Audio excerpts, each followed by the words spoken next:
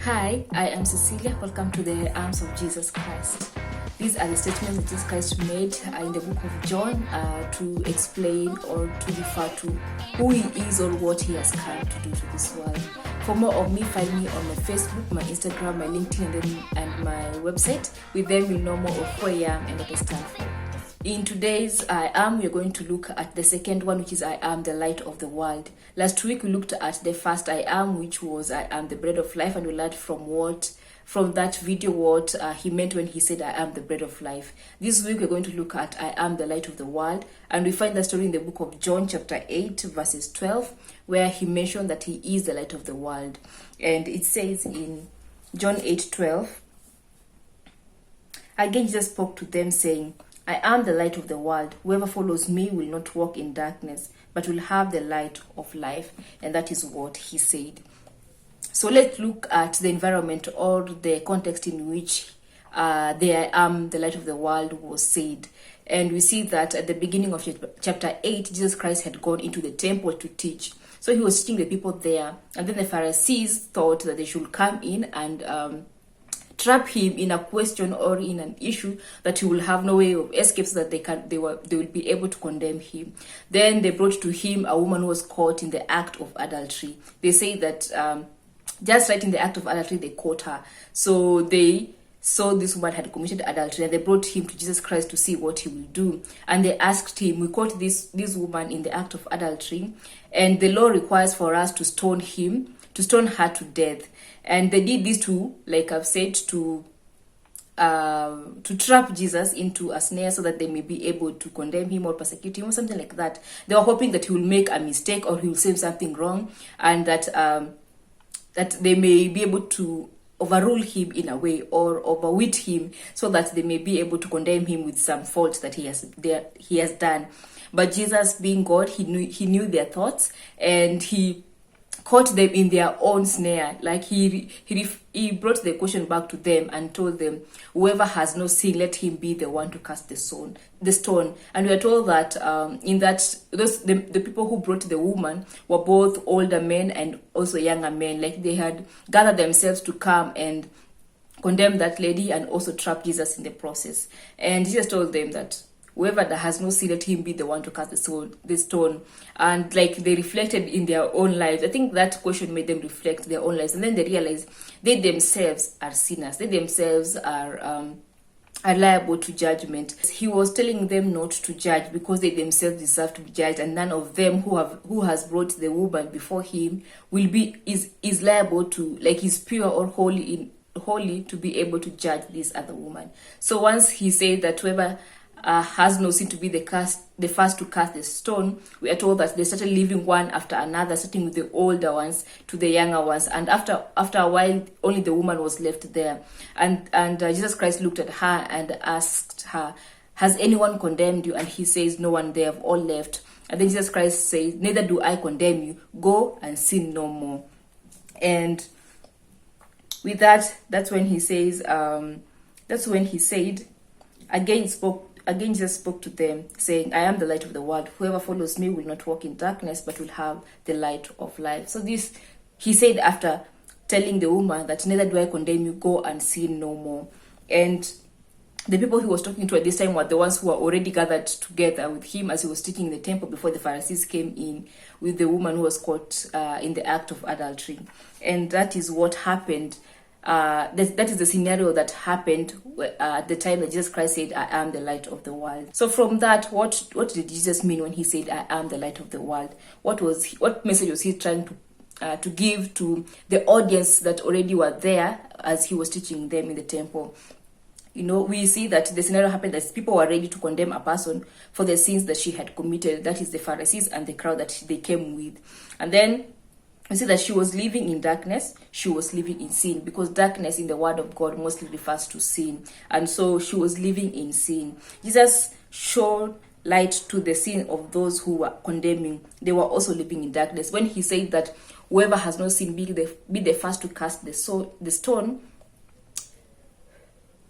when he said whoever has no sin be the first to cast the stone, he was illuminating to them their own sins, because at that time they had forgotten that they themselves do sin. And then those that judge and the one who was being judged both lived in darkness. They all were sinners. So that the woman, yes, Jesus Christ did not say that this woman has not sinned, or he did not repute or refuse the witnesses who came and witnessed against her that she was caught in the act of adultery. She did not refuse that. But what he told them is, both you and this woman, all of you have committed sin. All of you are sinners. All of you live in darkness. And then he says, Jesus made them see their own sin. He was like the lamp that illuminated their hearts. So like if you enter a room and it is dark and you switch on the lights, all of a sudden what was dark, what was not seen, like the light, like when the light shines, it opens, like your eyes is able to see everything that is in the room. So you are able to, the light illuminates every corner of the room, every corner of the house, and you're able to see what is where and what is happening. So what happened here is Jesus Christ, by him saying, whoever has no sin, be the one to cast the stone, he immediately illuminated light in their hearts that they all reflected, and were able to see, each and every one of them, the sins that they have committed, that they had forgotten. So they were in darkness until Jesus Christ spoke, and the light shone within their hearts and their minds and their conscience, for them to realize that actually we also have sinned. And the other group saw the light, brightened up their own sin, and walked away. That is the group that came with the Pharisees. The woman saw her own sin. She was not like, she did not fight for herself, saying that these people are lying, they are bearing false witness, something like that. No, she was aware of her own sin.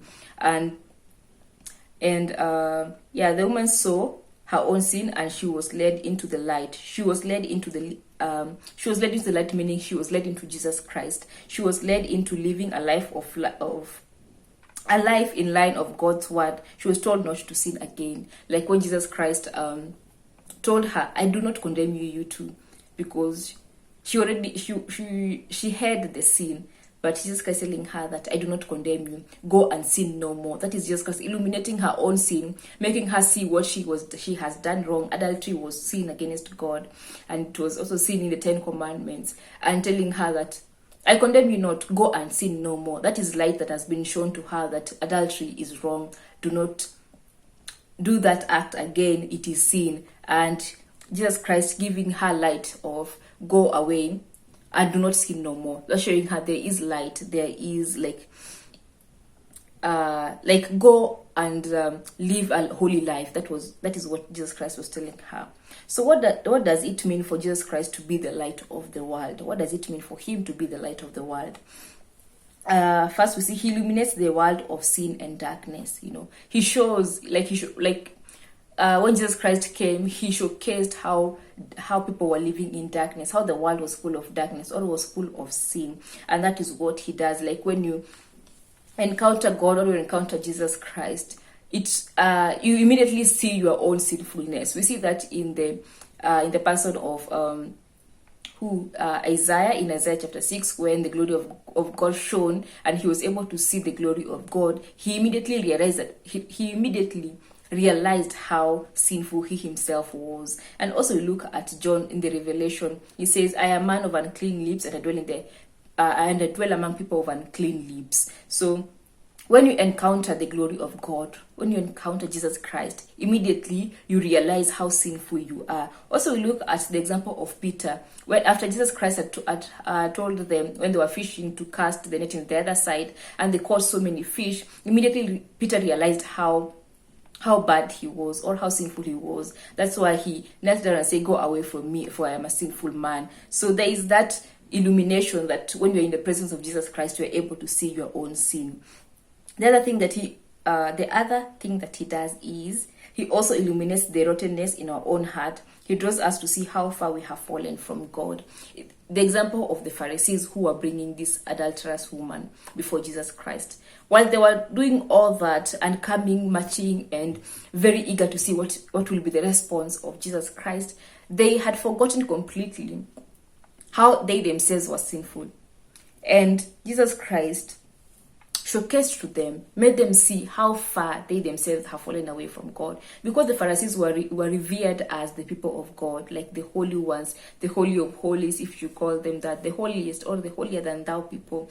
They lived in a very tight unit. They did not interact with the Gentiles. They did not touch unclean things. They always washed their hands. Like, they were considered in the eyes of man as perfect people, perfect religious people, so that the people will be like, I don't think a Pharisee would ever see. Like, they tithe even the tiniest of thing, they tithe it, and they pray and they fast 2 times a day, 2 times a week, that is. They prayed long prayers. Like, they were considered to be holy people. But here Jesus Christ is telling them, or he showcased to them, he made them see how far they themselves have fallen away from God. And then he then directs us to the source of light, so that we leave darkness and step into light. We see that in the case of the woman, adulterous woman, who was being condemned by the people, and also she herself knew that she was a sinner.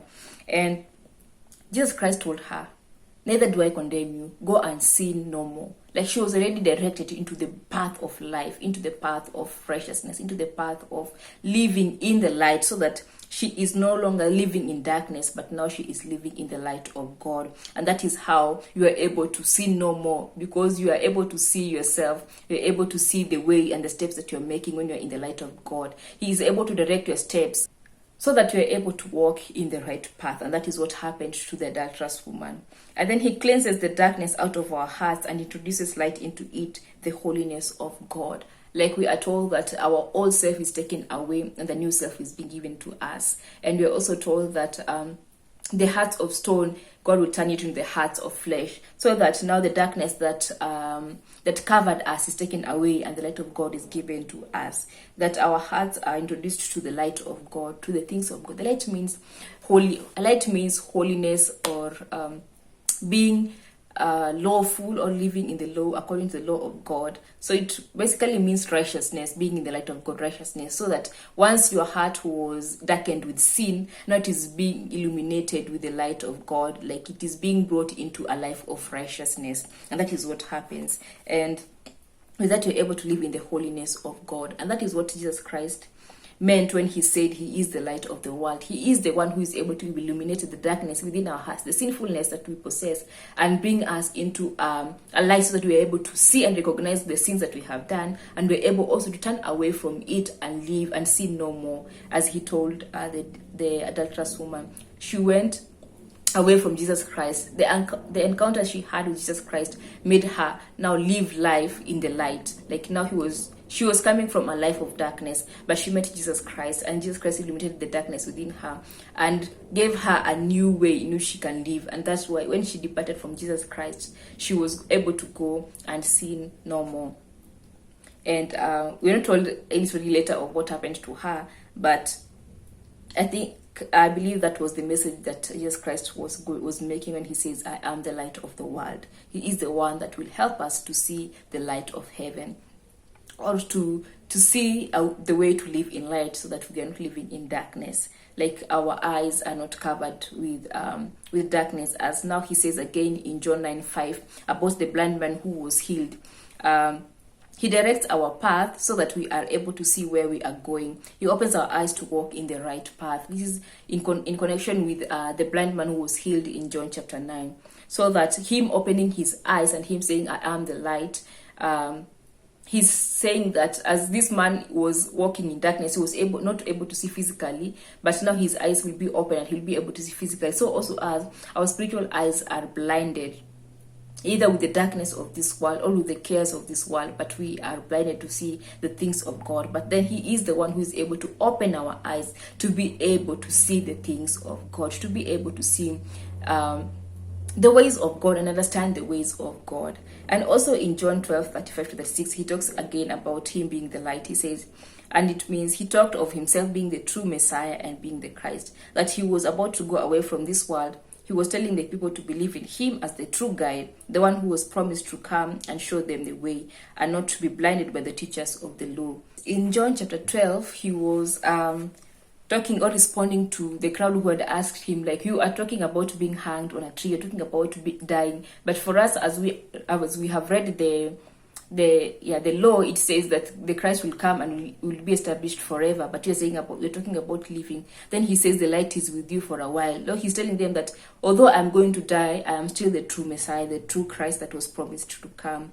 And that although he was about to go away, he was still telling the people to believe in him as the true guide, the one who was promised to come and show them the way, and not be blinded by the teachers of the law, because now the teachers of the law were telling them or teaching them something opposite from what Jesus Christ was telling them about the Christ, because they believe the Christ will come and he will conquer the world and he will remain with them forever. So they had passed or skipped that part of him dying and being persecuted and rising again. But Jesus Christ telling them, yes, I'm going to die, but still I am the light. I am the Christ or the Messiah that you have been hoping for or waiting for. Yes, that is the teaching of the light of the world for today. So if there's anything else that you can add on to the light of the world, Jesus being the light of the world, be sure to write down in the comment section. And I thank you for joining me today. Until next week when we see each other again, goodbye and God bless you.